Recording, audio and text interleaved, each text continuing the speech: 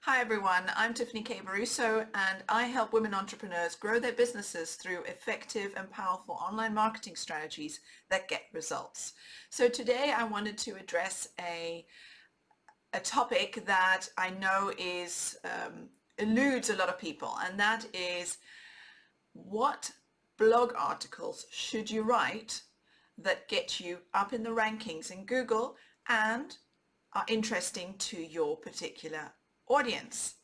Now this is very timely because I hope a lot of you are planning your Christmas strategy sessions for the year coming for 2021, and this is a time where you should be sitting down and planning out your campaigns and your blog topics for the year, or maybe the first 6 months of next year.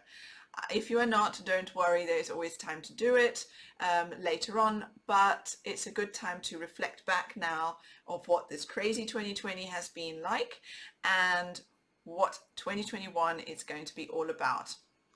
So I'm going to be sharing my screen and showing you a very easy and the most effective way to find out what articles you should be writing for your blog. So here we go. Right. So first of all, we are going to be using Google. Google actually tells you what you should write, and it's called Google Populate. It's no fancy website, software, or anything like that. It's using good old Google. Here in the search bar, you are given a list of things that people are actually searching for. This is called Google Populate. Google will show you the most searched terms that people are searching for relating to your topic. So for example, if you have an aesthetic clinic, skincare clinic, and you would like to write, we would like to find out if people are searching for winter skincare. So let's type in winter skincare. Now here you go. This is what Google is saying people are actually typing in. Let's say for dry skin. A lot of people struggle with dry skin in winter. So let's see what they're searching for. Right. Winter skincare for dry skin is a very broad term.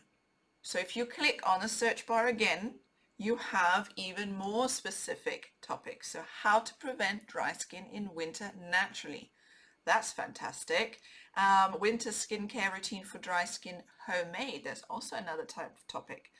So if we go into how to prevent dry skin in winter naturally, Google will give you even more stuff to think about.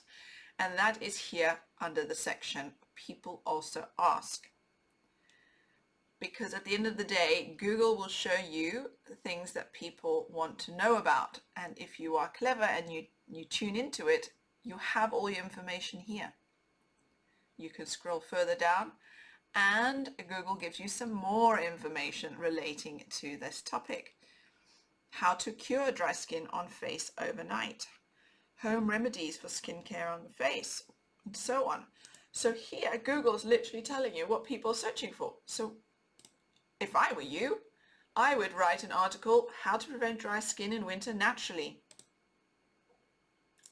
And then I would include subtitles within the blog article, such as addressing questions, is it normal to have dry skin during winter?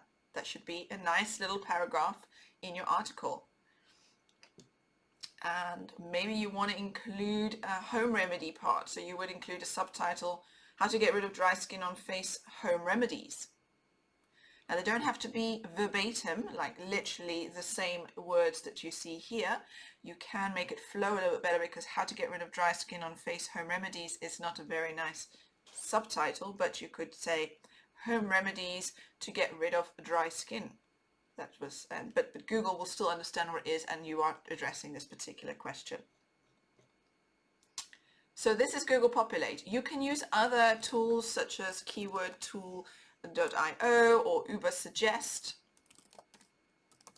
They are all good tools and but there's free versions, but to get more details such as the volume of search traffic, you will need to pay, and some of them can be quite pricey. So if you're just a solo entrepreneur and you have your own business and you're watching what you're spending your cost on, some of these tools are actually not necessary because Google will tell you the information that you need to know. But I just wanted to show you these two big guys. Keyword tool is excellent to use. But at the end of the day, they actually use the information that Google gives them, which is effectively Google Populate. But they just go one step further and give you search volumes. So winter skincare, and then you would choose the place and the language that you want to search in.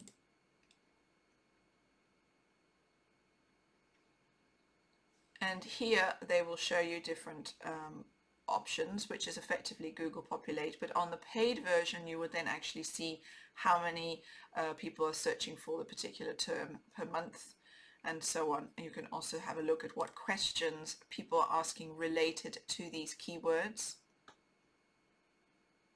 Okay, there's much more here, but sometimes they really show you.